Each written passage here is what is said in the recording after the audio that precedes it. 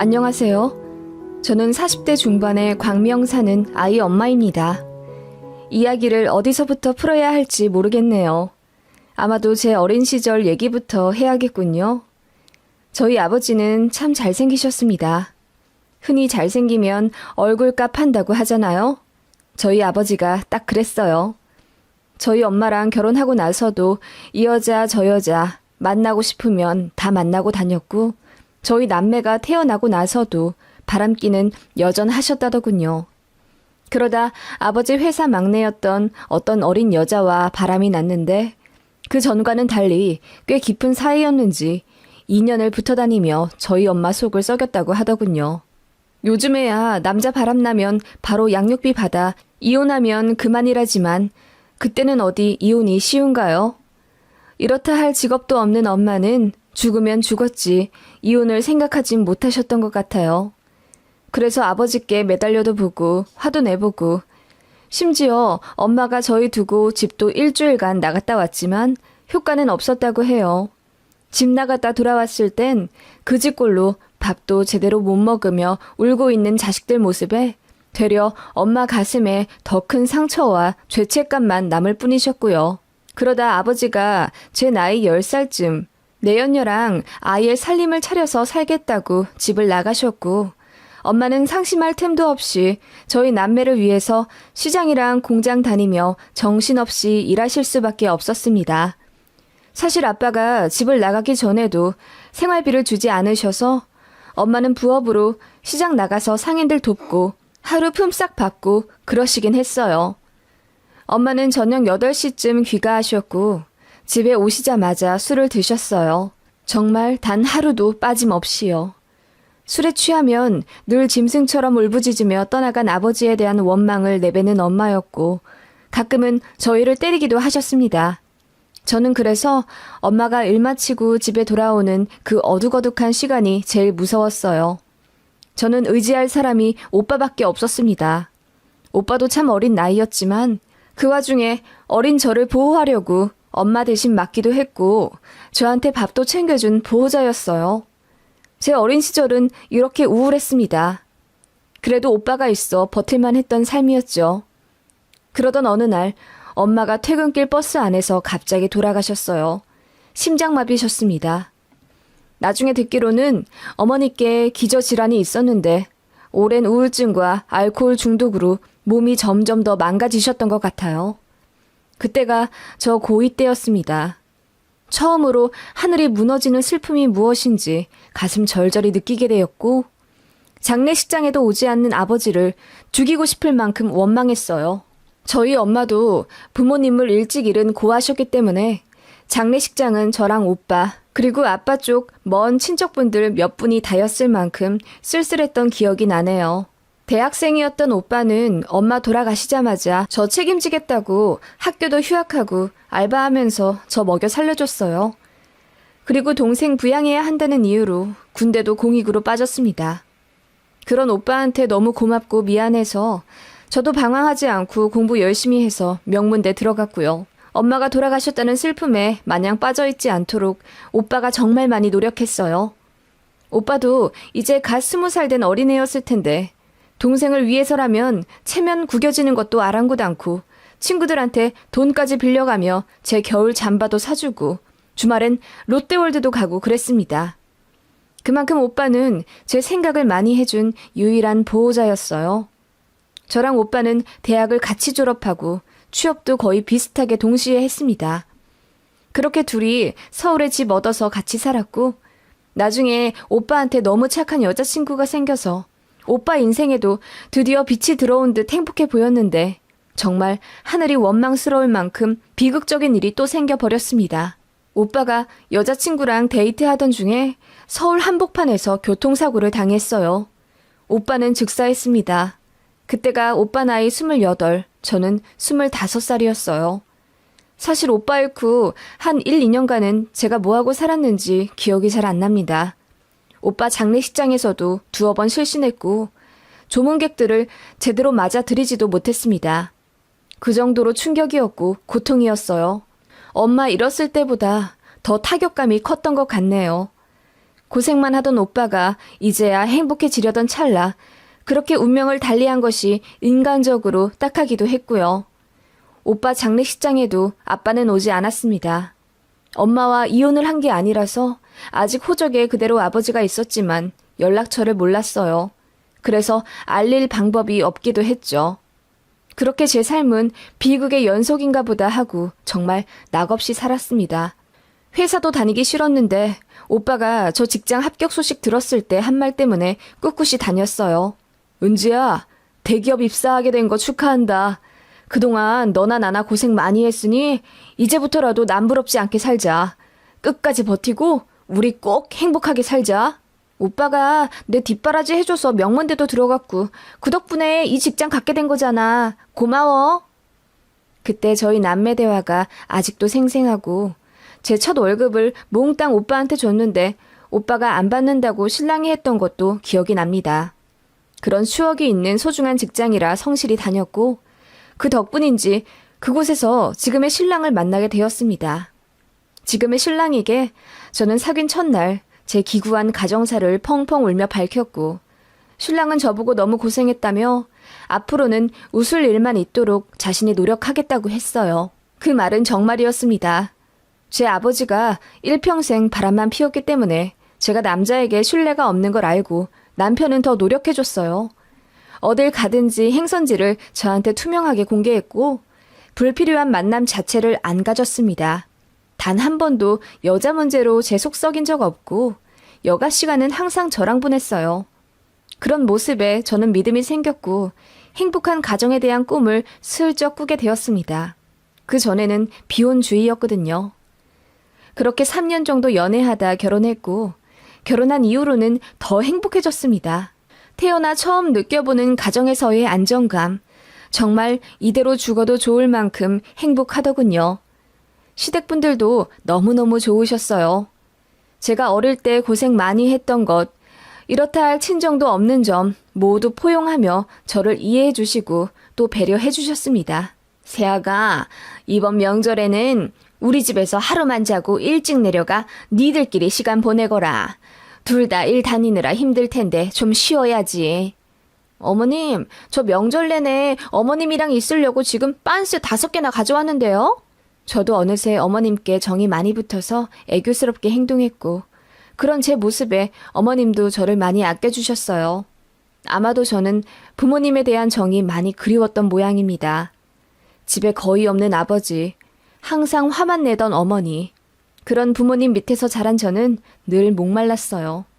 그래서 시부모님께 더 잘했고 그런 제 모습에 고마워하면서도 안쓰러워 하시던 시부모님이었습니다.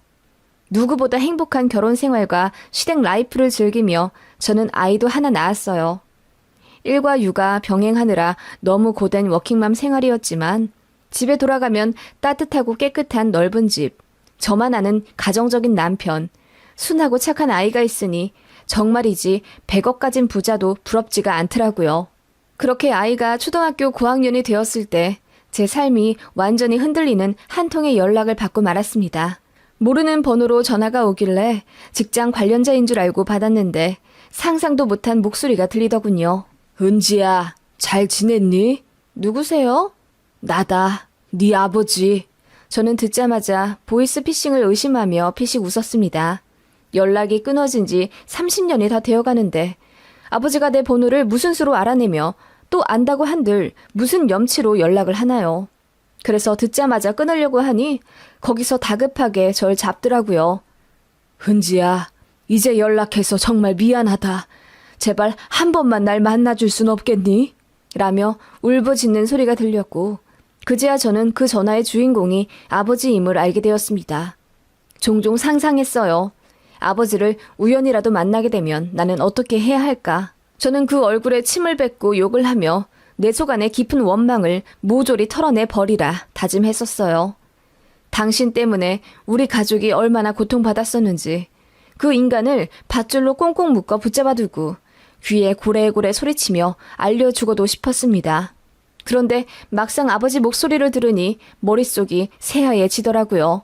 제 번호를 어떻게 알았냐고 물으니 사람을 20만 원 정도에 사서 알아봤다고 하더군요. 흥신소 말하는 듯 했어요. 저를 이제 와서 왜 만나려고 하냐고 날카롭게 물었습니다. 그랬더니 지난날에 대한 사과를 꼭 좀 하고 싶다고 하더군요.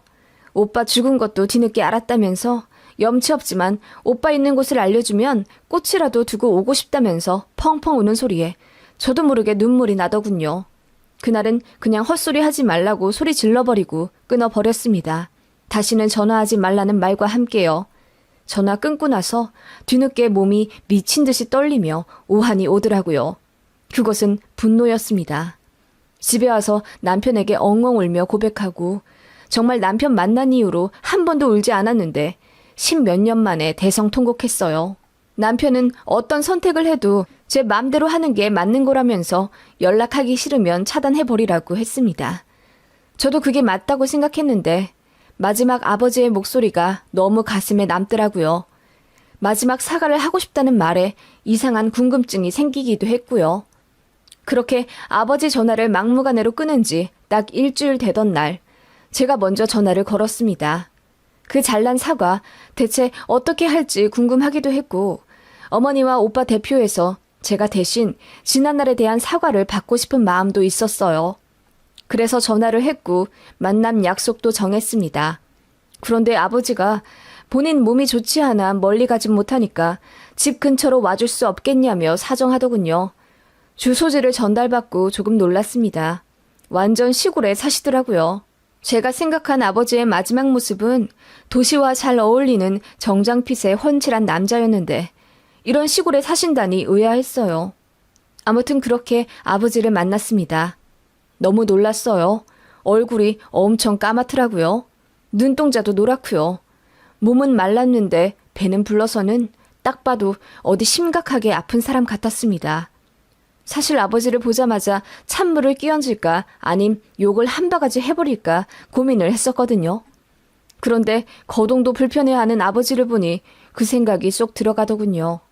침착하게 앉아서 이야기를 나누기 시작했는데 아버지가 사과부터 대뜸 하더라고요. 네 엄마 돌아가셨을 때 장례식장에 못 갔던 건 사정이 있었다. 내가 교통사고를 당해서 그때 병원에 누워 있었거든. 다리를 절단할 뻔했어. 그래서 못 갔고 그 이후엔 니들 걱정이 되긴 했는데 내가 무슨 낯으로 니들 보니. 그러다 어느 날 용기 내서 네 오빠한테 전화를 걸었는데 네 오빠가 쌍욕을 하면서 전화를 끊더라. 다시는 연락하지 말라고 하면서. 그래서 못했어. 그런데 난 단 한순간도 니들 잊어본 적이 없다. 그렇게 절절하게 울면서 제 손을 잡는 아버지였고 어떻게든 오해를 풀어보고자 애써가며 해명을 하는데 말을 하면서도 숨이 차는지 한 문장을 편하게 말 못하시더라고요. 그런 모습에 연민과 분노가 동시에 몰려와 저도 제 감정이 컨트롤 안 되더군요. 저는 1시간 동안 울부짖으며 그동안 엄마가 얼마나 고생했는지 그리고 그런 엄마 때문에 오빠랑 내가 얼마나 큰 상처를 받고 컸는지 말했습니다. 그리고 오늘 이 자리에 나온 것은 아빠를 용서하기 위함이 아니라 한 번쯤 사과받고 싶었다고 했어요. 그렇게 제 이야기를 끝내고 일어나려는데 고개를 숙인 채 울고 있는 아버지 모습에 저도 모르게 다시 주저앉게 되더라고요. 그래서 몸은 왜 그렇냐고 왜 마지막 사과라고 말했는지 물어보니 아버지가 그러더군요. 사실 나한테 시간이 얼마 없어. 병원 갈 시간도 돈도 없어서 그냥 버티고 있었는데 얼마 전에 겨우 검사를 해보니 간경화가 의심된다고 하더구나. 그래서 큰 병원 가서 다시 검사해봤더니 글쎄 간세포암이라더군. 약이나 항암으로는 달리 차도가 없다는데. 그러면서 아버지가 이제 본인은 1년도 못 살 거라며 엉엉 우시더군요. 그렇게 뒤도 안 돌아보고 가족들 버린 채 떠났으면 잘 살기라도 하지. 반시체 같은 모습으로 딸 앞에 나타나선 자기 마음 편하자고 사과나 하는 아버지가 너무 미웠습니다. 밉긴 했지만 외면할 수가 없더라고요. 진짜 저도 제 자신이 이해가 안 갔지만 아마도 부모님에 대한 정이 항상 그리웠던 모양입니다. 그래서 남편과 상의하고 아버지를 큰 병원에 일단 입원시켰어요. 얘기 듣자 하니 저희 버리고 갈 때 만났던 그 내연녀랑은 10년간 동거하다 헤어졌고 그 이후로 이 여자 저 여자 만나면서 불안정하게 살았나 보더군요. 그러다가 마지막에 외국인 여자를 만났는데 그 여자한테 사기당해 집도 잃고 돈도 다 털려서 시골로 이사 온 거라고. 그 얘기 들으니 환장은 하겠는데 당장 아버지가 죽기 직전 몰골을 하고 저한테 빌고 있으니 마음이 너무 약해졌어요. 그렇게 아버지를 모시고 대학병원 외래에 가서 자세히 얘기를 들었는데 의사 이야기 결론은 간 이식밖에 방법이 없을 거라고 했습니다. 그런데 공여자가 언제 나타날지도 모르고 절차가 이만저만 복잡한 게 아니더군요. 그렇게 의사와 면담 끝내고 나와 간호사랑 얘기하는데 가족 중 이식에 적합한 사람 없나 검사 받아보길 권하시는데 마음이 착잡하더군요. 저는 아버지한테 말했습니다. 저 아빠한테 절대로 간 안 내드려요. 그랬더니 아버지가 울면서 본인도 염치가 있는데 어떻게 자식한테 간 달라고 하겠냐며 그 큰 병원 복도에서 아이같이 엉엉 우시더군요. 그러면서 이제부터는 본인이 알아서 하겠다며 병원을 가든 집에 가서 죽든 상관 안 해도 되고 제 얼굴 보고 사과했으니 그걸로 자기 할 일은 끝났다며 장례식장에도 찾아오지 말라고 하더군요. 그 말에 저도 눈물이 펑펑 나버렸습니다. 그렇게 제가 울고 있는데 아버지가 주춤거리며 병원 정문으로 나가 버스를 타려고 정류장에 앉아 계시더군요. 그 모습이 왜 그렇게 초라해 보이고 마음 흔들리던지요. 마음으로는 아버지를 100번도 넘게 죽였습니다. 그런데 막상 그 상황 겪어보면 아버지한테 매몰차게 못할 겁니다. 그래서 아버지에게 다가가니 갑자기 아버지가 무릎을 꿇고 저한테 비시더라고요. 내가 니들한테 몹쓸 짓 많이 한 거 알고 있다. 내가 사죄할 수 있는 기회를 한 번만 주지 않겠니? 제발 나 한 번만 살려다오. 나 좀 살려주면 내가 그동안 못다한 아빠 노릇 원 없이 너한테 해주마. 사실 너무 무섭구나. 한 번만 살려다오. 하시면서 저한테 간이식 검사를 한 번만 받아봐 줄 수 없냐고 애걸복걸하며 비시더군요.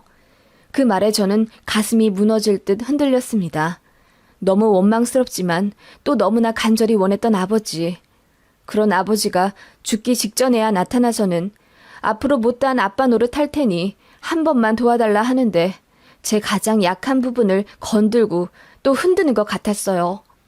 일단 아빠를 집에 모셔다 드리고 올라오면서 저는 운전에 지장이 있을 만큼 울고 또 울었습니다. 남편을 보자마자 안기듯 쓰러져 펑펑 울고는 아버지와 있었던 이야기를 꺼내자 남편이 불같이 화를 내더군요. 절대로 간이식은 안 된다고. 그거 공여자도 고생하는 거고 후유증 평생 남을 수도 있는데 저한테 큰 상처 준 아버지한테 주는 게 말이 되냐고 자기 일처럼 흥분해 소리 지르더라고요. 저도 남편 말이 맞다고 생각했어요. 그래서 하지 않겠다고 했습니다. 그 일은 시댁에서도 알게 되었죠. 저 걱정하신 시부모님이 한달음에 광명 저희 집으로 올라와 제 손부터 잡으며 아버지 하는 말씀에 흔들리면 안 돼. 너한테 얼마나 상처 준 사람이냐. 너는 할 만큼 한 거야. 어쨌든 우리 사돈이시니까는 간이식 등록부터 하고 공여자 기다리는 걸로 하자. 우리도 병원비 보태 드릴 테니까. 라고 하시더군요. 저도 그게 맞다고 생각했어요. 그리고 어쨌든 간이식 비용이 제가 알기로는 최소 3천만 원 정도 하는데 그걸 시댁에서 내드리겠다고 하니 진짜 받을 생각은 안 했지만 말씀만으로도 너무 감사했습니다. 시어머니는 다 아셨던 거예요. 이대로 아무것도 안 한 채 아버지가 돌아가시면 제 죄책감이 얼마나 클지 알고 계시기 때문에 얼굴도 못 본 사돈일지라도 며느리를 위해 선뜻 내주시겠다 한 겁니다. 얼마나 감사한지요. 그날 저녁에 아이 재우고 여느 때와 같이 시부모님이랑 거실에 앉아 한잔하고 있었어요. 저희는 만나면 늘 저녁에 가볍게 한잔하고 자거든요. 그런데 그날따라 제 속이 너무 썩어 문드러질 것 같아서 술을 많이 먹게 되었어요. 어머님도 제 마음 아니까 그냥 먹고 취해서 자라고 말리지 않으시더군요. 그런데 술이 많이 취하니까 저도 모르게 제 안에 꾹꾹 눌러왔던 진심인지 아닌지 모를 말들이 나왔던 것 같아요. 공여자 기다리다가 아버지 돌아가시면 어떻게 하냐. 일단 살리고 나서 아빠를 마음껏 원망해도 늦지 않는 것 같다. 이제 나한테 친정 가족이랄 건 아버지 하나 남았는데 아버지마저 돌아가시면 나는 정말 천에 고하다 등의 말을 하며 엉엉 울었던 기억이 납니다. 그 말에 시아버지는 눈물을 글썽거리시다가 담배를 피우겠다는 핑계로 바람 쐬러 나가셨고 시어머님은 눈물을 흘리시더라고요. 그러다 제가 정말 하지 말아야 될 말을 해버렸어요. 저 그냥 아버지한테 간이식 해드릴까요? 그럼 딸한테 고마워하고 저를 더 사랑해 주실까요? 라고 했습니다. 아마도 진심이었을 거예요. 제 유일한 컴플렉스가 바로 부모님 사랑에 대한 결핍이었으니까요. 그 말을 하자마자 제 뺨이 따끔하더군요. 고개를 돌리니 어머님이 벌개진 얼굴로 씩씩거리시며 큰 소리로 화를 내셨습니다. 말도 안 되는 소리하고 앉아있다. 간을 내줘야 사랑을 받아? 어디서 그런 멍청한 소리를 하고 앉아있다니? 그 인간은 그냥 그런 사람이야. 그러니까 지 새끼도 버리고 지 마누라도 버리고 여자랑 도망갔지. 네가 간을 내주고 심장을 내주고 누나를 내줘도 그 인간은 정신 못 차린다. 지금까지 정신 못 차린 인간이 네가 간 준다고 새 사람 되겠니? 하며 울부짖으셨어요. 그 말에 술이 확 깨더군요. 어머님은 제발 저더러 정신 차리라며 이럴까봐 아버지 만나러 간다는 거 말리고 싶었는데 저 후회할까봐 못 말렸다면서 가슴을 치고 우시더군요. 제가 아버지한테 마음 약해질 거라 다 예상을 하셨던 거예요. 그런 상처투성이 며느리가 이제는 지 상처 준 아버지한테 간을 내드릴까 어쩔까 하고 앉아있으니 속에서 천불이 나신 거죠. 어머님은 제가 너무 딱하다고 하셨습니다. 그리고는 가슴이 아프겠지만 아버지 치료만 하는 데까지 해보고 연을 끊고 살라고 말씀하셨어요. 그러면서 우시는 시어머님을 저도 끌어안고 울 수밖에 없었어요. 어머님은 말씀하셨죠. 우는 거 오늘이 마지막이니 펑펑 울어두라고. 앞으로는 아버지 때문에 우는 일 없게 하라고. 그러면 당신 가슴도 무너진다고 하시는데 그 말이 꼭 제 오빠가 생전에 했던 말처럼 들렸습니다. 오빠도 항상 저한테 그랬거든요. 제가 울면 자기 가슴도 쓰라리듯 아프다고요. 그제야 저는 다시금 깨닫게 됐습니다. 진짜 저를 아끼는 사람들을 위해 살아야 한다는 걸요. 그날 이후로 저는 아버지한테 딱 대학병원 절차만 밟아드리고 병원비랑 간병비 정도만 내드리는 걸로 하겠다고 했습니다. 간이식 공여자 나타나면 그때 절차 밟고 이식 받으라고 했더니 아버지가 슬그머니 그러시더군요. 너는 검사 안 받니? 그 말에 갑자기 정이 뚝 떨어지더군요. 저와 피 한 방울 안 섞인 남편과 시부모님도 공여자의 부작용을 걱정하는데 내 아버지란 사람은 역시나 본인만 아는 사람이구나 싶더라고요. 그래서 한마디 했습니다. 아버지, 저는 아버지랑 달라서 제 가족이 참 소중해요. 제가 선택한 제 가족한테 상처 주고 싶지 않아요. 제가 아주 어릴 땐 아빠랑 닮았단 말이 참 듣기 좋았어요. 아빠 닮아 예쁘다는 말이요. 그런데 이제 생각해보니 그건 욕이더라고요. 난 아빠 닮지 않아서 참 다행이에요. 난 아빠 얼굴은 닮았을지 몰라도 무책임함은 닮지 않아 다행이에요. 병원비도 내드리고 싶진 않지만 제 시부모님이 베풀어주고 싶다 하시네요. 며느리가 훗날 후회할까봐요. 아버지 같은 사람은 제 부모님이 아닙니다. 그런 시부모님을 이제 제 부모님으로 섬기고 살 거예요. 더는 연락하지 마세요. 아버지는 가족 사랑 받을 자격 없습니다. 제 말이 끝나기 무섭게 아버지는 울고불며 저만 믿었는데 이럴 순 없다며 제 바지가랑이를 붙잡더니 나중엔 심지어 욕을 하더군요. 지 엄마 닮아 싸가지가 없다. 지 아빠 죽는데 눈 하나 깜짝 안 하는 것 좀 보라며 울부짖는데 오히려 가슴이 개운하더라고요. 최소한의 죄책감까지 아버지가 모조리 가져가 주시는 것 같아서요. 그렇게 아버지는 다시는 제 덕 안 볼 것처럼 하더니 제가 병원비 내드린다고 하니까 진료는 꼬박꼬박 다니시더군요. 그렇게 반년 만에 간이식 입원을 하기로 예정되었는데 너무나 놀라운 연락을 받게 되었습니다. 아버지가 갑자기 사망하셨다더군요. 간이 안 좋으면서 그렇게 술을 잡수셨대요. 심지어 이제 곧 간이식 받을 수 있을 거라고 하니 이식 받기 전 마지막이라고 생각하며 더 드셨나 봐요. 그러다 간 수치가 급격히 높아지고 신체적으로 갑자기 문제가 생겨 그냥 자택에서 돌연사 하신 걸로 보이고요. 마지막까지 기가 찼습니다. 그런데 아버지 유품 정리하러 갔다가 참 어이없는 소리를 들었습니다. 자네가 김씨 딸내미요? 김씨가 자기 딸한테 간 달라고 연락할 건데 뭐라고 해야 딸 맘이 흔들릴지 모르겠다는 거야. 그래서 내가 나는 죽으면 죽었지 내 자식과는 절대로 안 받는다고 했더니 김씨가 배를 잡고 웃으면서 자기는 자식한테 정이 없어서 모르겠다고 하더만 얼마나 황당하든지. 그 말 듣고 얼굴도 안 본 김씨 딸이 불쌍해지더라고. 그런데 나중에 얘기 듣지 않니? 연락도 안 한 지 30년이 다 됐다면서? 처자식 버린 놈이었는 줄은 몰랐네. 에라이 부관 참시 당해도 모자랄 인간. 하면서 옆집 할아버지가 혀를 차시더군요. 참 마지막까지 과간인 아버지였습니다. 악어의 눈물에 속아 넘어갈 뻔했던 저도 참 한심하고요.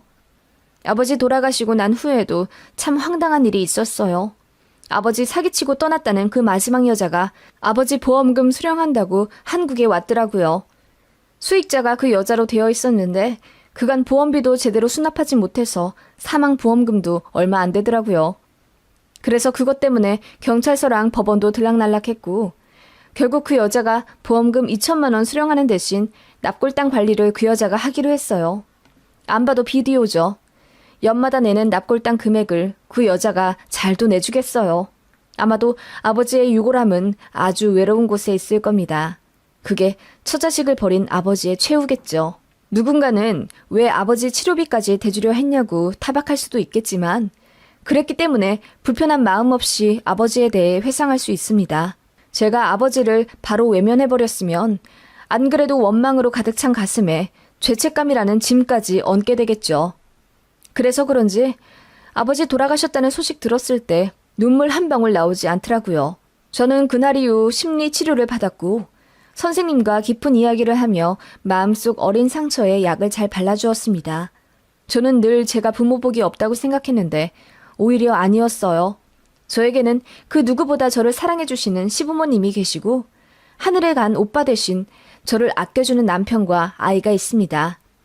하늘이 내려준 가족은 비록 저를 아프게 했지만 그래도 그 덕분에 제가 선택한 가족을 만날 수 있었고 지금 저의 진짜 가족들은 저를 아주 많이 행복하게 해주고 있다는 사실을 항상 상기하며 살 것입니다. 곧 엄마와 오빠의 기일이 다가오네요. 둘의 기일이 고작 이틀 차이가 나요. 맛있는 거 사들고 납골당에 가야겠습니다. 그리고 엄마랑 오빠 사진을 보며 말할 거예요. 저는 지금 너무너무 행복하다고요. 그리고 제 뺨을 때려주신 시어머니께 죽을 때까지 효도하며 살 거예요.